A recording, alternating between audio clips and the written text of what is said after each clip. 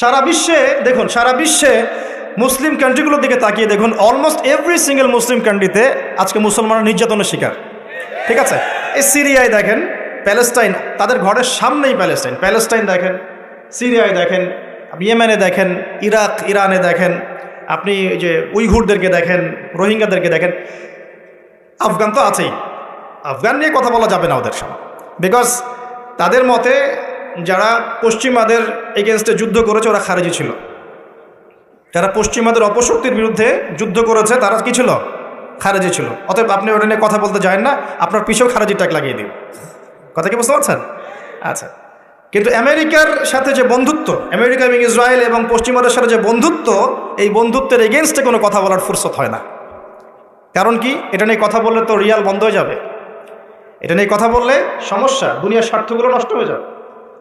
এ কারণে bigger issues, সারা ওয়ার্ল্ডে মুসলিমদের দুরবস্থা, ইকোনমিক স্যাংশন, শেষ জামানার চলমান ফিতনাগুলো, কান্ট্রিতে ইকোনমিক যে দুরবস্থা দেখা দিচ্ছে, মুসলিমদের উপর টর্চার, নির্যাতন, উম্মার বিভক্তি, এই যে বড় বড় ইস্যুসগুলো আছে, এগুলোর সময় চুপ, দেখতে পারবেন না, খুঁজে পাবেন না।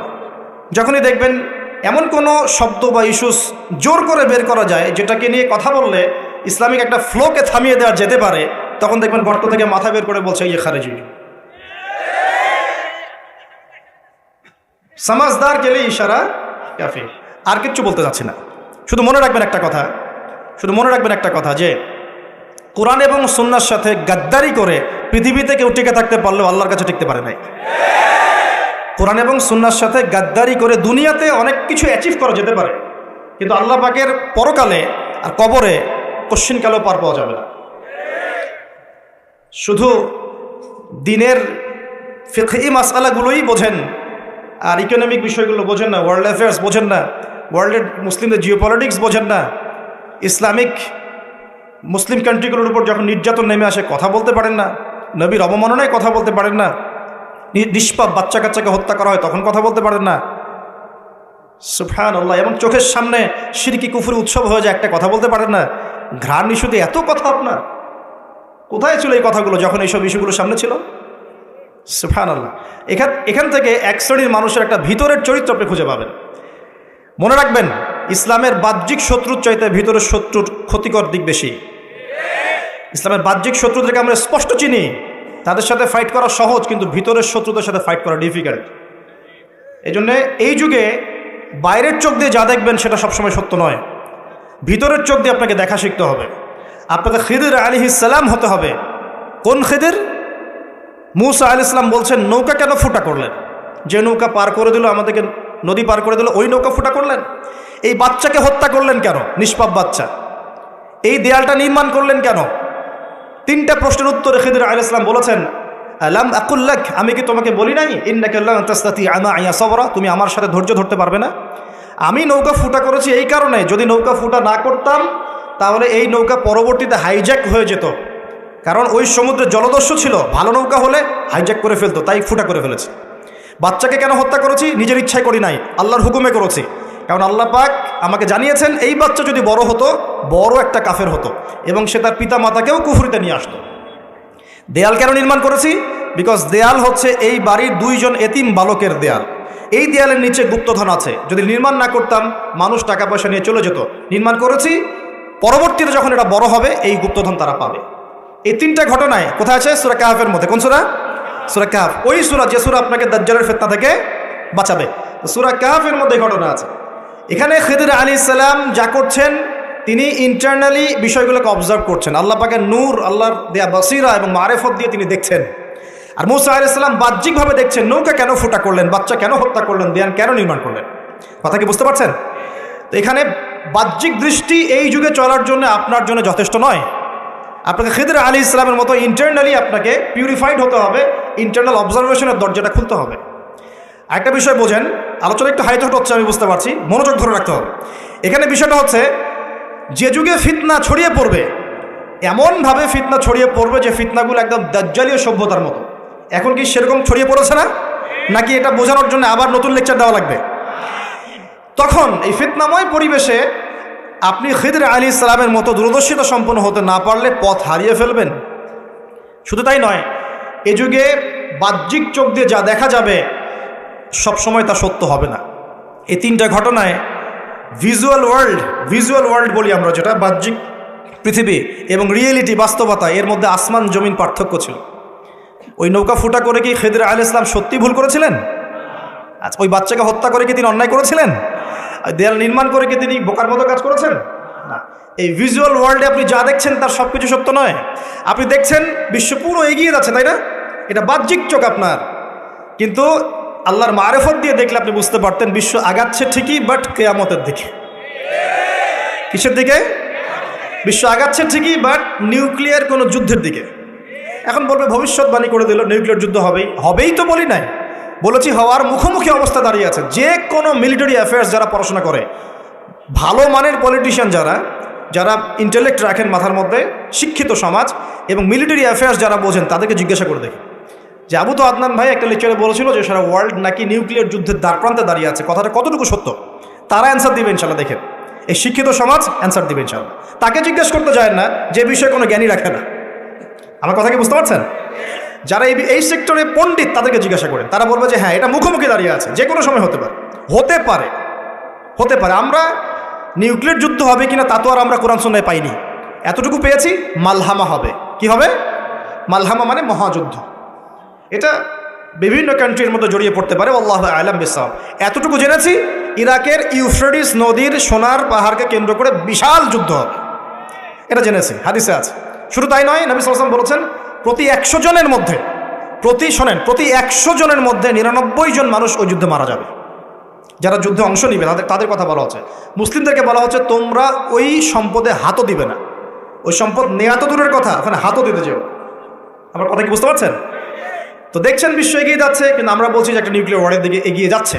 দেখছেন ইকোনমিক্যালি আমরা খুব সমৃদ্ধ হচ্ছি, সারা বিশ্ব, তাই না? কিন্তু বিশ্বের অনেক দেশ, বিশ্বের অনেক কান্ট্রি ইকোনমিক্যালি এখন একটা দুরবস্থার সম্মুখীন হয়ে আছে। এটা রিয়েলিটি আর ভিজুয়াল ওয়ার্ল্ড এক জিনিস নয়। আপনি দেখছেন মেয়েরা খুব এগিয়ে যাচ্ছে, একদম ওই যে স্টেজে উঠে নাচানাচি করছে, অধিকার আন্দোলন এভরিথিং, তাই না? কিন্তু বাস্তবতা কি জানেন? বাস্তবতা হচ্ছে আমাদের মা বোনরা বেপর্দা হচ্ছে দিন দিন বেশি, এবং তারা এগিয়ে যাচ্ছে জাহান্নামের দিকে। নবীজি বলেছেন এই কথাই, শেষ জামানায় এক শ্রেণীর নারী বের হবে, নিসাউন, মহিলা, ক্যাসিয়াতুন, যারা কাপড় পরে থাকবে, আরিয়াতুন, তারপরেও নগ্ন হবে, কাপড় পরেও নগ্ন থাকবে, এবং তারা অন্যকে সিডিউস করবে এবং অন্যের দিকেও আকৃষ্ট হবে, মানে নিজেও সিডিউস হবে। তো এই শ্রেণীর মেয়েরা কি এখন বের হয়নি? নবীজি বলেছেন এক শ্রেণীর মেয়ে বের হবে, পুরুষের পোশাক পরে থাকবে। কিসের পোশাক? পুরুষের পোশাক।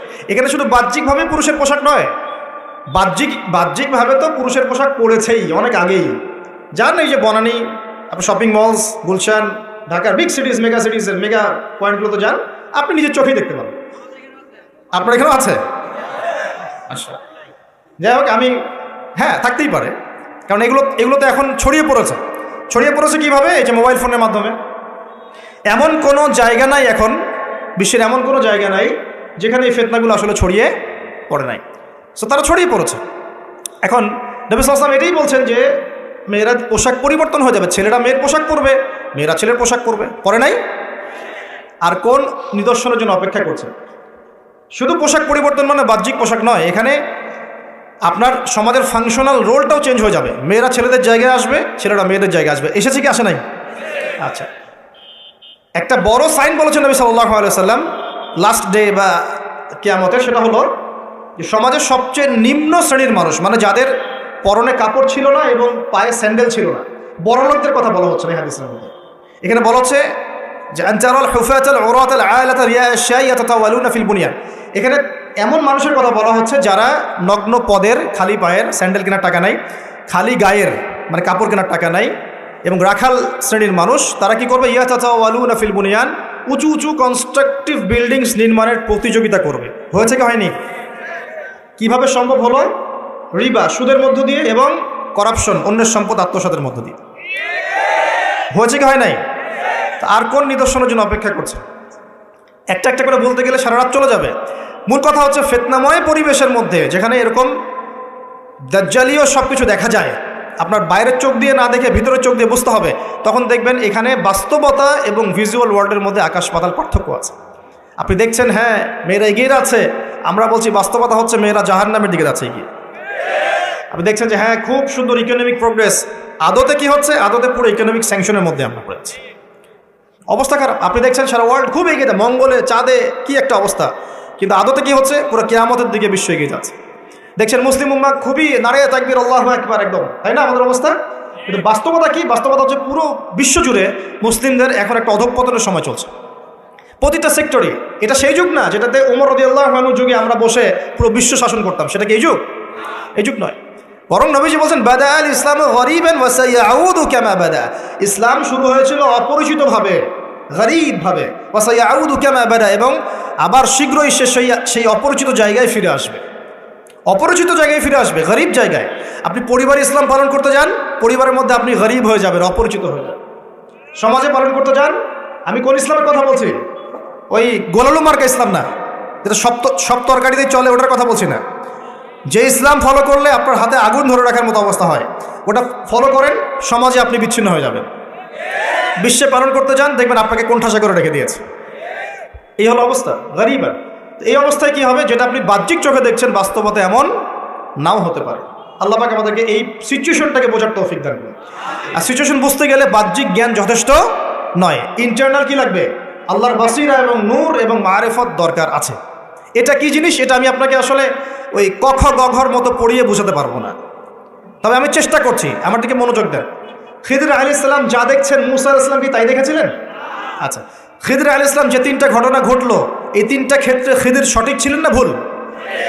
তাহলে তিনি এমন কি দেখলেন, কি বুঝলেন, কি শুনলেন যেটা মুসা আলাইহিস সালাম পারলেন না, বুঝলেন না?